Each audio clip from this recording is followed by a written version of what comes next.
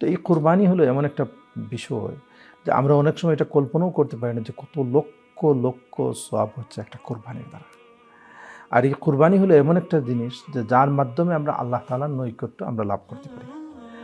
তো এই কোরবানির ব্যাপারে কয়েকটি জরুরি বিষয় আমরা জেনে নেওয়া আমাদের জন্য অত্যন্ত জরুরি। প্রথম হলো কি যে কাদের উপর কোরবানি ওয়াজিব, বা এই কোরবানির হুকুম কি, এটা কি ওয়াজিব না এটা সুন্নাত। রাসূল সাল্লাল্লাহু আলাইহি ওয়াসাল্লাম বলেন কাদের উপর ওয়াজিব?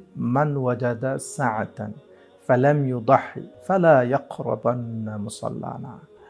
এই হাদিসে রাসূল সাল্লাল্লাহু আলাইহি ওয়াসাল্লাম বলেন যাকে আল্লাহ তাআলা সামর্থ্য দিয়েছে কোরবানি করার মতো, আর এরপর যদি সে কোরবানি করে না, অবহেলা করে কোরবানি করে না, সে যেন ঈদের দিন আমাদের মুসাল্লা ঈদগাহের কাছেও যেন না আসে। এই হাদিস থেকে উলামায়ে কেরাম বলেন যে আল্লাহ রসুল যখন অত্যন্ত কঠোরভাবে বলেছেন যে যার সামর্থ্য আছে সে যেন অবশ্যই কোরবানি করে, কোরবানি না করলে যেন সে মুসাল্লায় না আসে। এখান থেকে উলামায়ে কেরাম বলেন যে কোরবানি